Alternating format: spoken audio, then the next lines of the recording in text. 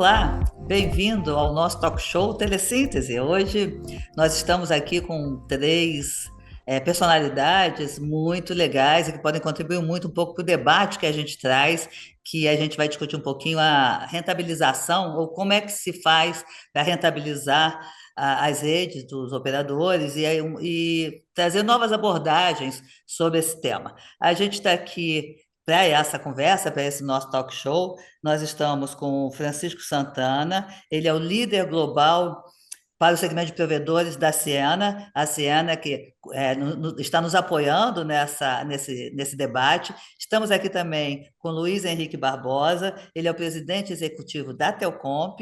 A Telcomp representa as operadoras competitivas do mercado de telecomunicações brasileiros. E estamos também com Rafael Marques, ele é o vice-presidente de negócios da Liga Telecom. A Liga é uma operadora regional importante, está com bastante atuação, não só no sul do país, e promete contar para a gente um pouco das suas experiências, né? Então, para já esquentar aqui um pouquinho o nosso bate-papo, eu já queria chamar o Rafael para ele falar um pouquinho sobre como é que ele avalia o atual cenário brasileiro de provimento, de conectividade. Por favor, Rafa, é com você. Oi, Miriam, obrigado mais uma vez pelo espaço aí que a Síntese abre para a gente conversar um pouquinho, o Francisco e a Luz por estarem aqui nesse talk show com a gente.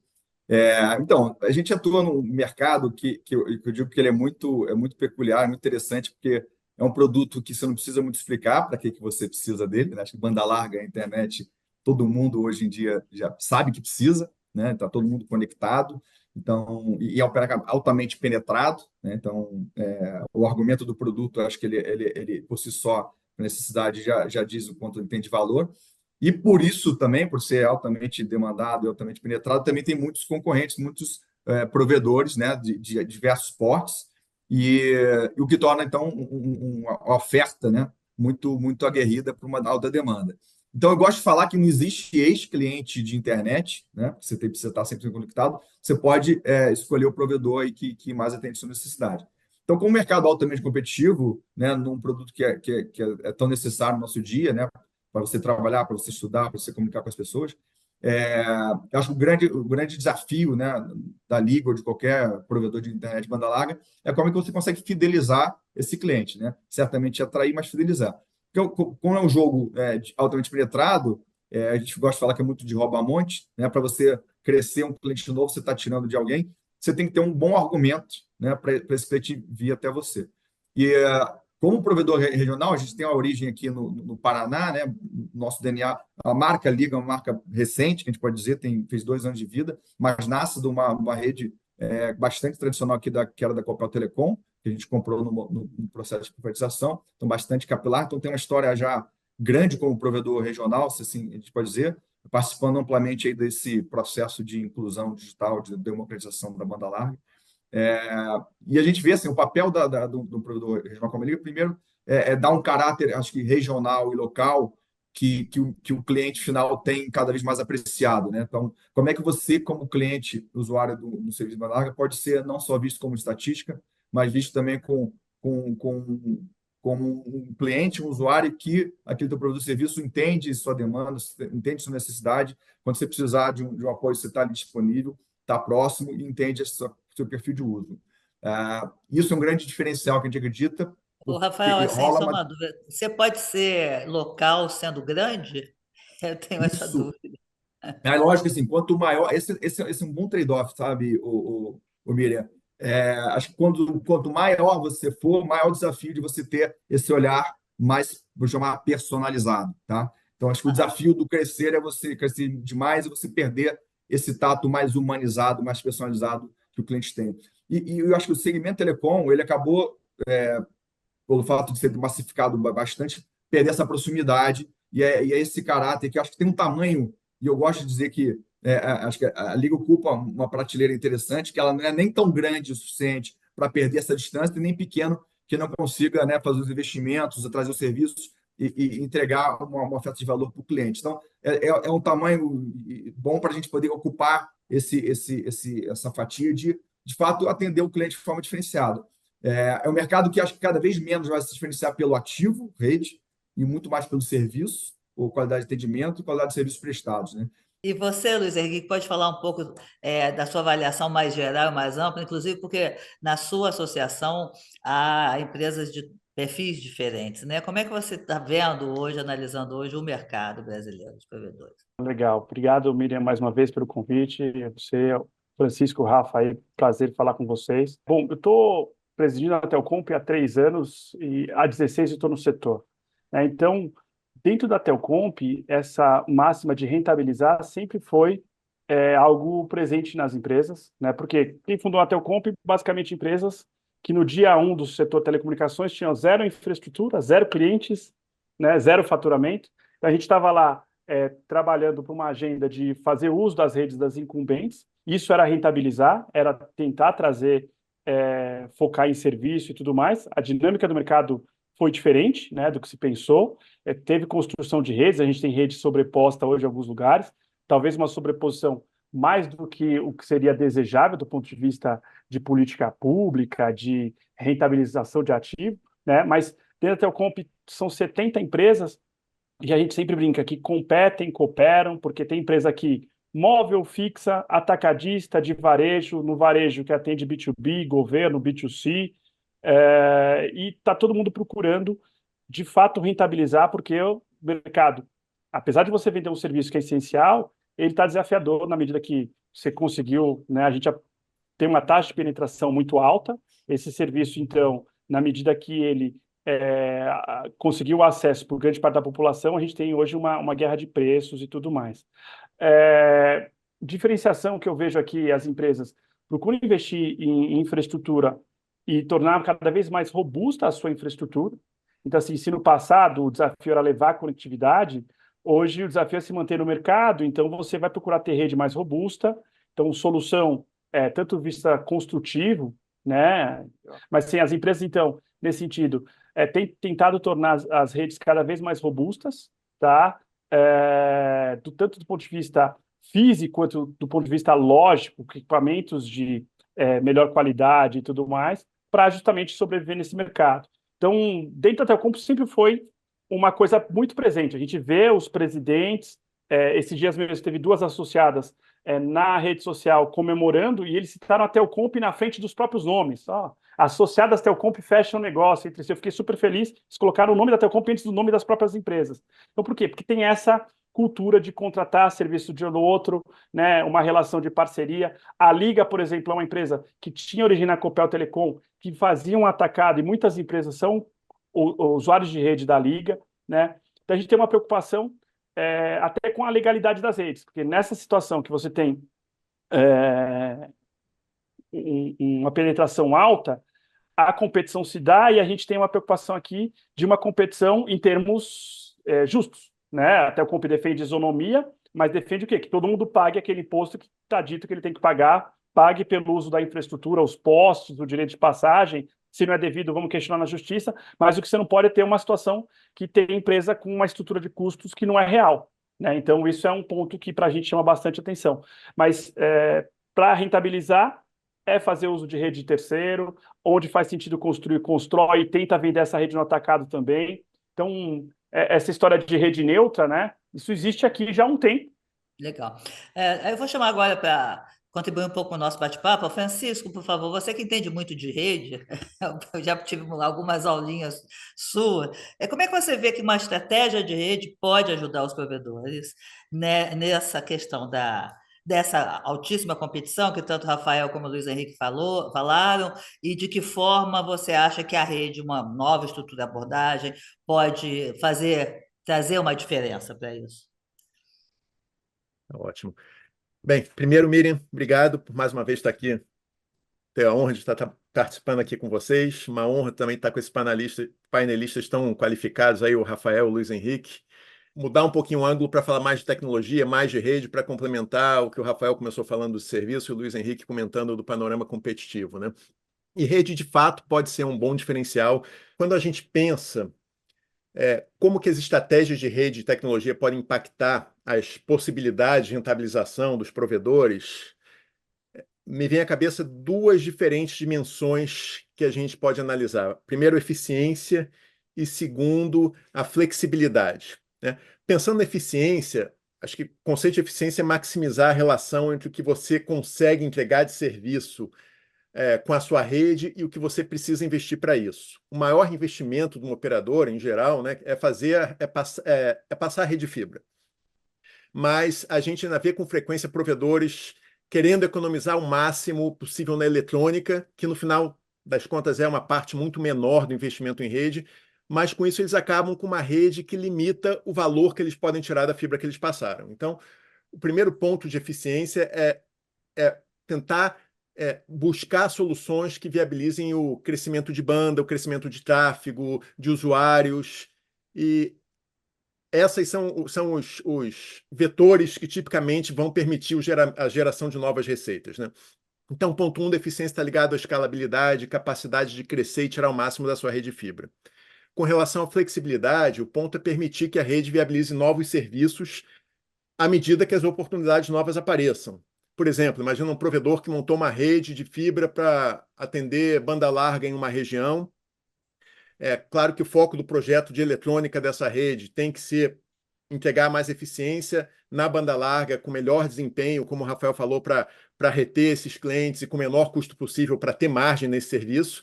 Mas dá para ele fazer isso com plataformas mais versáteis que permitam a ele não só atender essa demanda de banda larga, mas atender também demandas de corporativo, de governo, de atacado naquela localidade, no nível e no tempo que elas aparecerem, né? E assim é uma oportunidade de diversificar as receitas, de monetizar esses ativos de rede. Isso hoje é totalmente possível, com tecnologias que são, por natureza, multisserviço, que permitem, por exemplo, entregar backhaul para interligar torres móveis, serviços IP corporativos ou última milha de atacado, tudo isso sobre as mesmas plataformas que foram pensadas e foram otimizadas para entregar banda larga. Então, no fundo, o que a gente está falando é que as decisões de rede, as escolhas de plataforma, podem e devem ser feitas olhando não só os problemas que os operadores e provedores têm em mão hoje, mas com mindset, uma visão de futuro para rentabilizar essas redes. E nas conversas com esses provedores, a gente tem identificado, posso falar de 4 pilares de arquitetura de rede para crescimento, que é a escalabilidade, modularidade, abertura e convergência, né? Escalabilidade é a capacidade de crescer em cima dos ativos de rede que você tem, entregar mais banda, mais usuários. Modularidade é ter plataformas que funcionem meio que como um Lego, onde você pode começar pequeno e ir crescendo, plugando novos componentes para entregar novos serviços a partir da mesma plataforma. A abertura é o conceito de padrões abertos, onde você pode misturar diferentes vendors e diferentes soluções conforme sua conveniência. E, por último, a convergência é o conceito de plataformas que são adaptáveis, permitem entregar novos serviços, e além do foco inicial que a rede foi planejada para entregar. Então, com esses 4 pilares endereçados, o provedor ou operadora fica com muito mais possibilidades à mão para desenvolver novos serviços, executar sua estratégia de rentabilização e diversificação. O OPEX não é o grande problema hoje do setor de telecom? A visão que eu ouço muito, eu acho que é totalmente uma combinação do CAPEX e do OPEX. Sempre são essas coisas juntas. É uma indústria de capital muito intensivo. É claro que os custos operacionais são muito relevantes e não tem operador que não vai ter que atacar dos dois lados. Mas o ponto interessante dessa conversa é que, tipicamente, quando você fala desses conceitos, convergência, de redes abertas, muitas vezes vem o mindset, mas vai ficar mais caro, eu vou ter que comprar uma rede mais cara para ela ser flexível dessa forma. E acho que há alguns anos atrás essa era a realidade de fato. Se você comprasse uma rede feita sob medida para aquilo, era ela mais barata possível. Já não é mais assim. As novas arquiteturas de rede já são, você consegue ter plataformas que você coloca muito pequenas, portáteis, compactas e que são altamente flexíveis. Então, tendo esse mindset correto de investigar as alternativas de mercado para buscar essa flexibilidade, abre muito o horizonte de diversificação de receita e de oportunidade de monetização para os provedores e operadoras. Eu gosto de falar, o OPEX ruim, o OPEX que pesa, é aquele que você não consegue eventualmente monetizar. Ou seja, imagina o OPEX para você manter uma rede que ela não está vazia ou está subotimizada, né? Então, como é que a gente, assim, todo OPEX você consegue colocar para uma rede que você depois consegue, aí o Francisco trouxe muitos temas, multisserviço, né? Ou multissegmento, eu gosto de falar. A gente conseguiu aqui na Liga trabalhar no mix receita que é basicamente 50% entre banda larga residencial e B2B corporativo, né? Então, você consegue pegar 50% o quê? De receita? a receita, a receita. Da receita. A receita da empresa já está metade em cada segmento, é bem equilibrado. justamente para a gente poder, então, em cima daquela mesma infraestrutura, você ter multisserviços e multissegmentos para ela se rentabilizar de uma forma melhor, né? Então, acho que assim, o OPEX ele é um peso quando a gente não consegue destravar toda a oportunidade de mercado, de tipos de cliente. E aí, fazendo o link que o Luiz falou, se você tem uma rede que ela está dimensionada para ter um X número de tráfego de dados, e só o mercado residencial não ocupa ela toda, tem que botar ela para atacado. Vamos abrir isso para outros provedores. Vamos trabalhar um conceito, talvez não de rede neutra, mas de compartilhamento de infraestrutura, né, de aluguel de infraestrutura. Vamos botar cliente corporativo, botar soluções de governo, botar serviços, né, em cima de conectividade, né, serviços de cibersegurança, etc.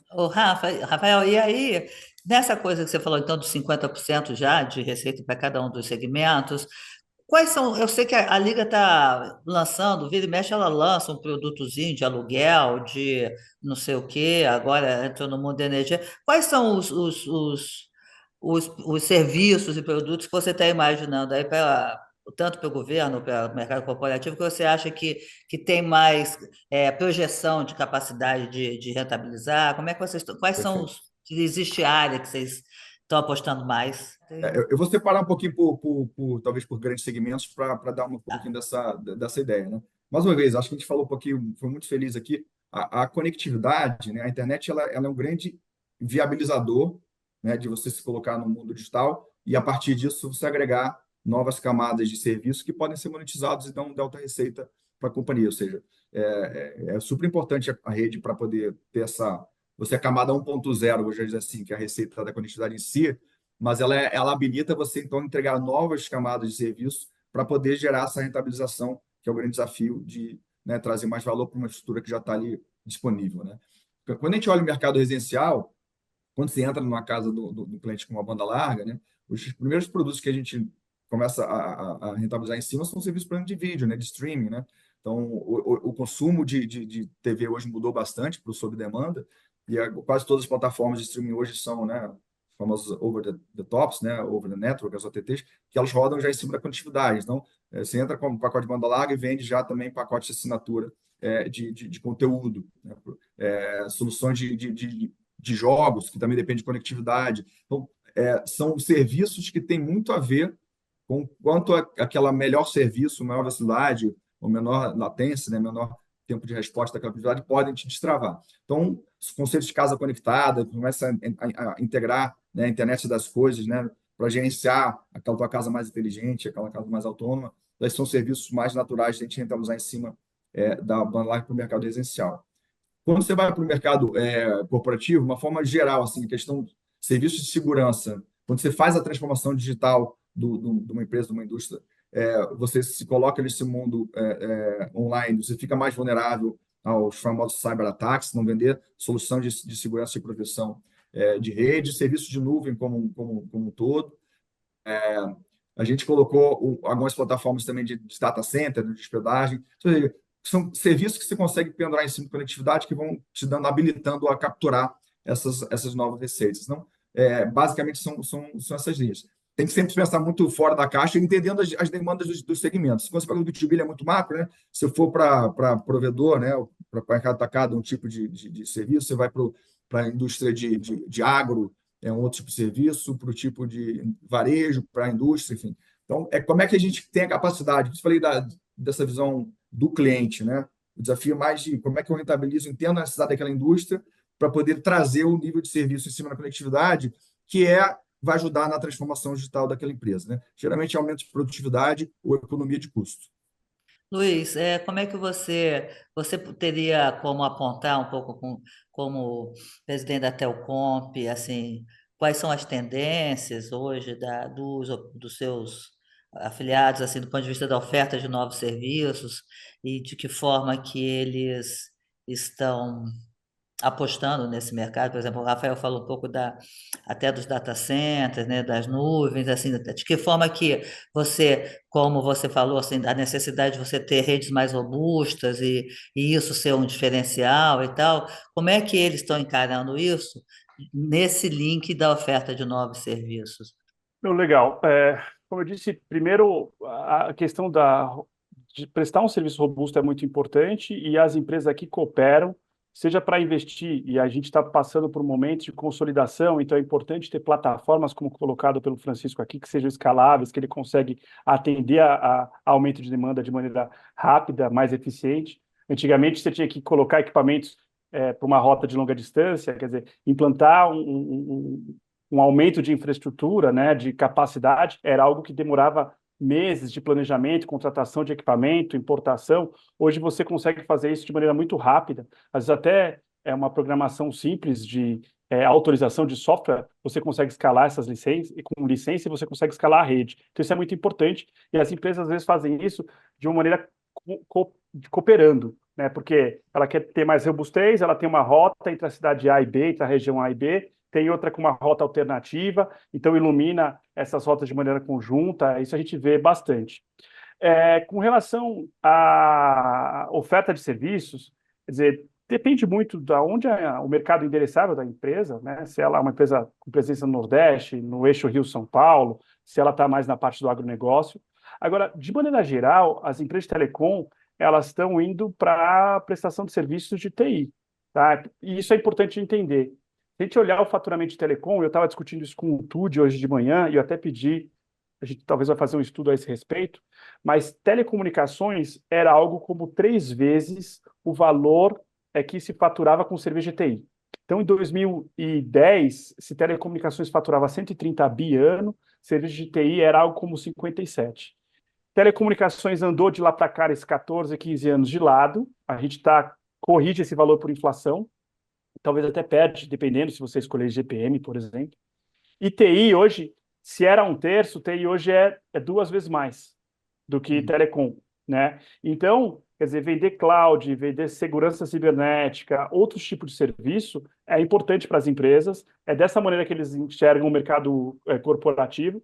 No varejo, como colocou o Rafael, o streaming é o mais óbvio, mas outras coisas de casa conectada, de segurança física, né? Portaria eletrônica, câmera de monitoramento, vigilância, isso tudo depende das empresas, a gente vê isso se endereçando em mercados de alta renda, interior do país, interior de São Paulo, algumas regiões que você tem muitos condomínios, tem empresa aqui na Telcom especializada em ofertar serviços de segurança. Então, depende muito do mercado onde ela está atuando, ela vai tentar diversificar para trazer mais receita, né? Aquilo que tem a ver, o cliente já está lá, o serviço é prestado em cima da infraestrutura de conectividade, como eu trago mais receita, ele confia, simplifica a vida do cliente, né?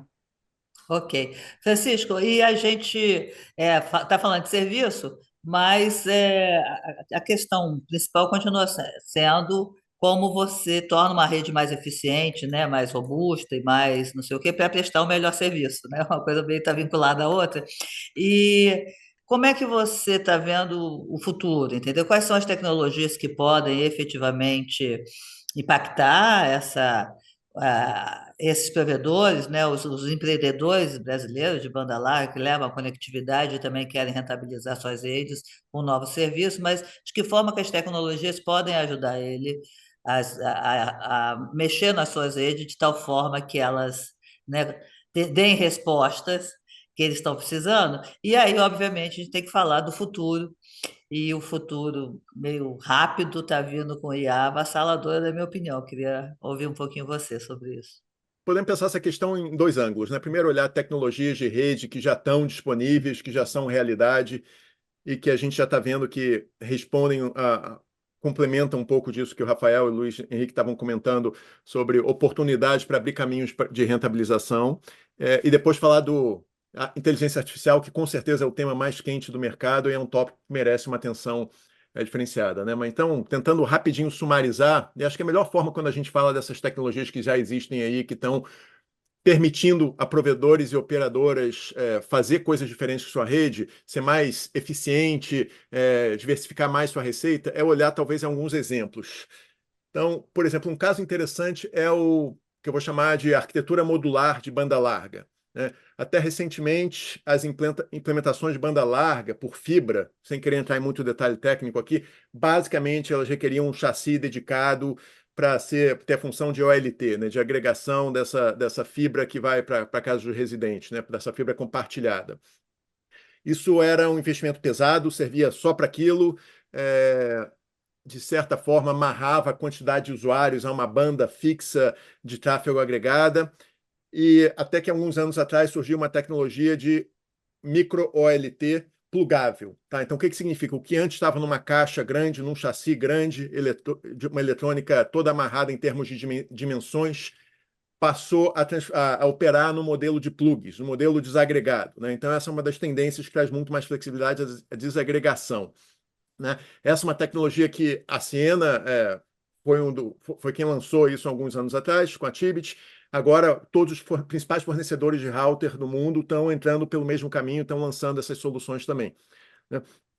Isso permite que uma porta de um roteador tradicional, você não precisa mais ter uma OLT dedicada, você pega um roteador tradicional, tipicamente um roteador de uma unidade de rack, e você consegue colocar em cada porta desse roteador uma micro OLT atendendo 64, 128 usuários numa única porta. Né? Então, isso traz muito mais modularidade para começar super pequeno numa área de nova cobertura e ir crescendo e adicionando novos plugs à medida que você tem novos usuários, que novos usuários estão aderindo ao seu serviço. E mesmo se chegar a um ponto em que todas as portas do roteador ficam ocupadas, estão cheias de OLT, você pode fazer empilhamento de roteadores, então você vai crescendo com unidades de um rack unit com muito mais flexibilidade, a modularidade com o plug e a modularidade com as caixas. Né? E esses roteadores são plataformas que têm soluções de temporização e frequência para tratar de demanda mais crítica, mais sensível de interconexão de celular, com desempenho, o SLA mais rígido de atacado para a última milha ou de corporativo. Então, a gente está falando de uma arquitetura de banda larga que continua sendo otimizada para banda larga, continua sendo super competitiva em custo desde o início, mas te permite ir para qualquer serviço a hora que você quer e crescer da forma que você quiser. Né? Então, quando eu digo de novas tecnologias, essas tecnologias já são maduras hoje, já são realidade implementadas no mercado, mas muitas vezes a gente ainda vê provedores com pouco conhecimento ou explorando pouco o valor que traz essa flexibilidade, se atendo mais ao primeiro passo e não olhando alguns passos à frente para trazer esse dinamismo todo. Isso a gente podia, com certeza, que fosse falar de escalabilidade, eu devia falar aqui da tecnologias coerentes óticas como o WaveLogic 5, 6 da Ciena, mas só como exemplo, falando a capacidade de tirar o máximo possível da fibra, trazer muito mais eficiência energética, eficiência de espectro dentro do seu ativo da fibra. Então, todo esse conceito de maximizar a fibra. Mas, como o nosso tempo é curto, talvez eu vá passar direto para falar do tema de inteligência artificial. E acho que aqui o principal impacto que a inteligência artificial vai trazer é como que as redes vão ser operadas, né? Como é que vai ser a operação das redes. Vão ter novos conceitos de rede auto-otimizadas, novas ferramentas de manutenção preditiva, de alocação dinâmica de recursos de rede para serviços diferentes, para otimizar o uso da rede como um todo.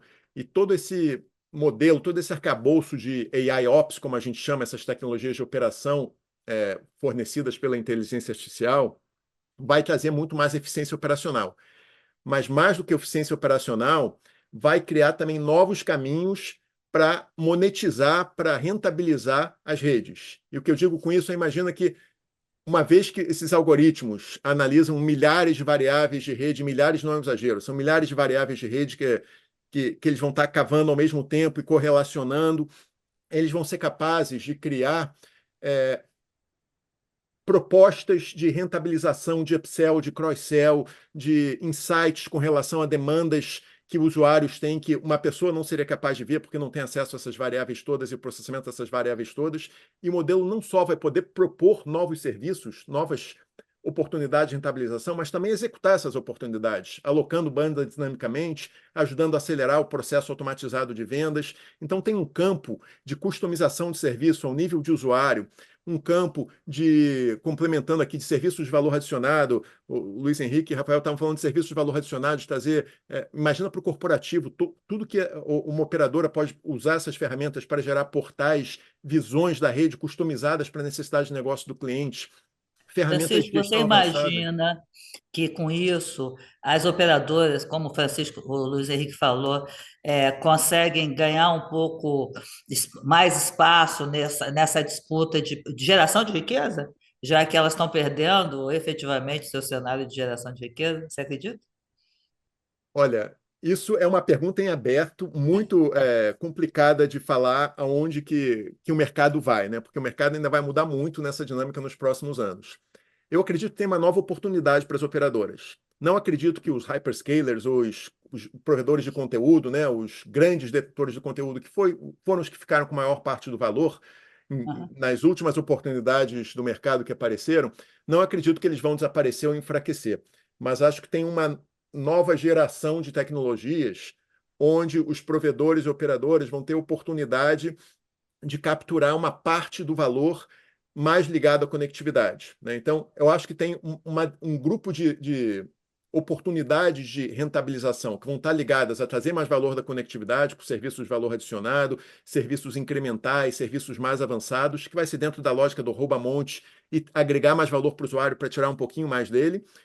Tem valor e tem linhas de novos negócios que a inteligência artificial vai trazer mais disruptivos, que as interrogações são mais complexas. Por exemplo, imagina milhares de variáveis de rede, milhões de dados de redes que vão ser processados por essa inteligência artificial. Vai existir uma nova oportunidade para os operadores e provedores poderem monetizar isso, vender dado, claro que não dado de usuário, mas dado de rede monetizado, regionalizado com insights. Uma grande interrogação de como isso vai acontecer.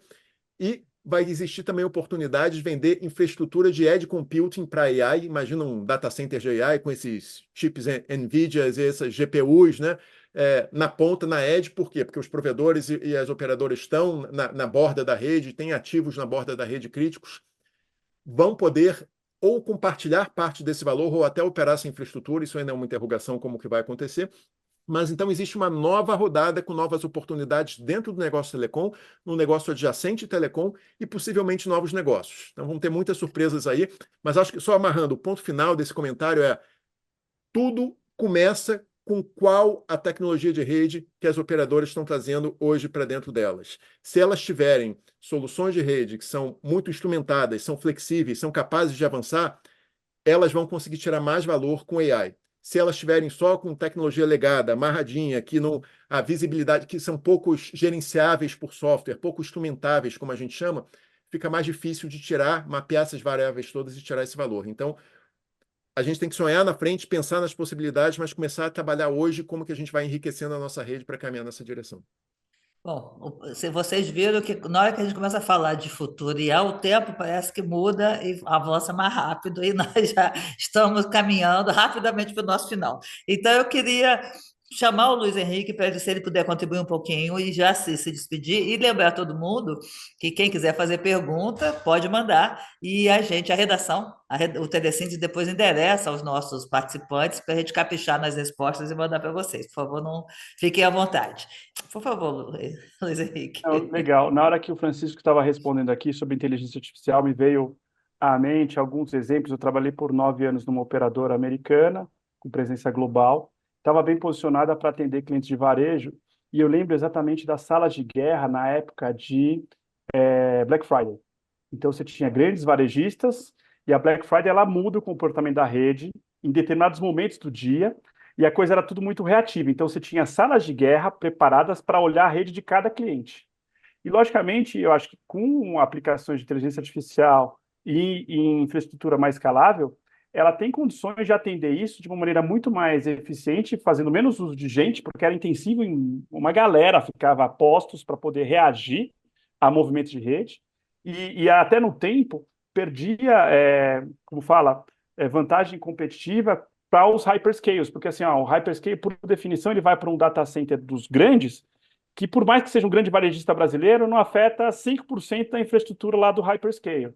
Então, a empresa local estava perdendo espaço para o hyperscale. Mas agora, fazendo uso de inteligência artificial, ela volta com a sua vantagem de ter o atendimento local, próximo do cliente, porque o hyperscale, por definição, ele atende o mundo todo. Você pode ser o Magazine Luiza, sei lá quem, perto de uma gigante, você é mais um. Agora, de repente, você vai ser bem atendido por uma empresa nacional com o uso de uma rede mais eficiente. Então, isso me veio à mente, porque eu já vivi essas situações. Como regulatório, a gente estava ali só olhando, né? Mas eram semanas tensas, o que precedia o Black Friday. A Black Friday é um dia só, então aquele dia não pode falhar. Então, você imagina a quantidade de gente que estava preparada, das diversas mapeamentos de situações que podiam ocorrer, e com certeza acontecia o quê? Uma situação não prevista. Então era sempre, toda Black Friday era um certo estresse, porque não previu determinada coisa, lançou um produto numa região X, Y, Z, teve acesso maior à rede, outra menor. Então eu imagino que o que o Francisco colocou é uma vantagem para ele poder se posicionar novamente e trazendo a vantagem do atendimento local.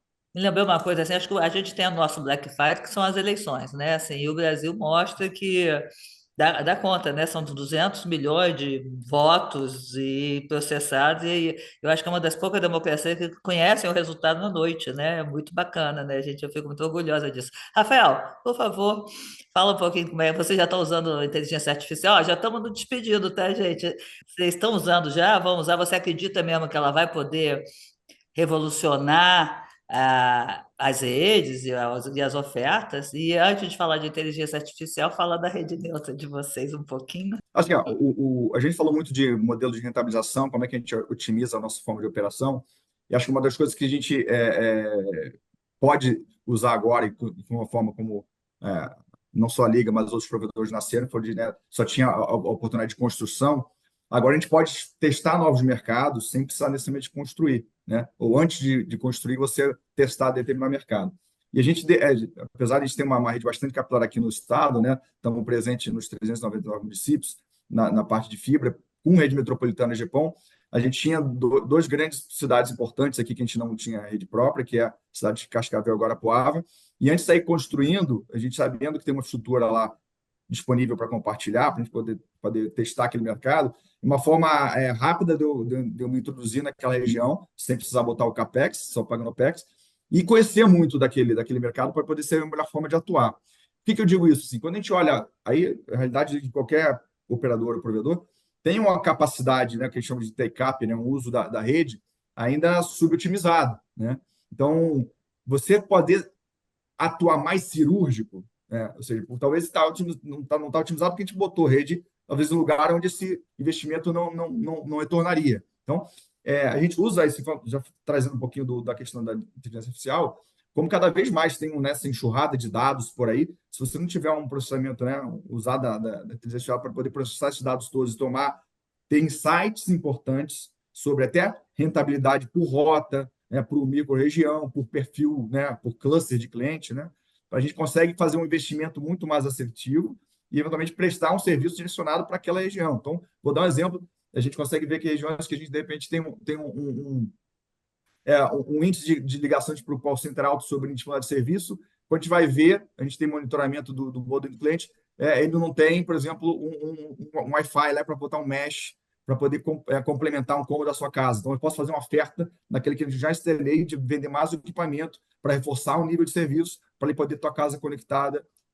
Então, assim, acho que a aplicação da inteligência artificial, não dá para fugir dela, porque o mundo, a velocidade e a quantidade de dados é cada vez tão maior quando você tem pessoas, empresas e coisas conectadas, a gente vai precisar se valer dessa nova tecnologia para tomar decisões mais inteligentes, né, sobre a forma de eficiência e sobre rentabilização.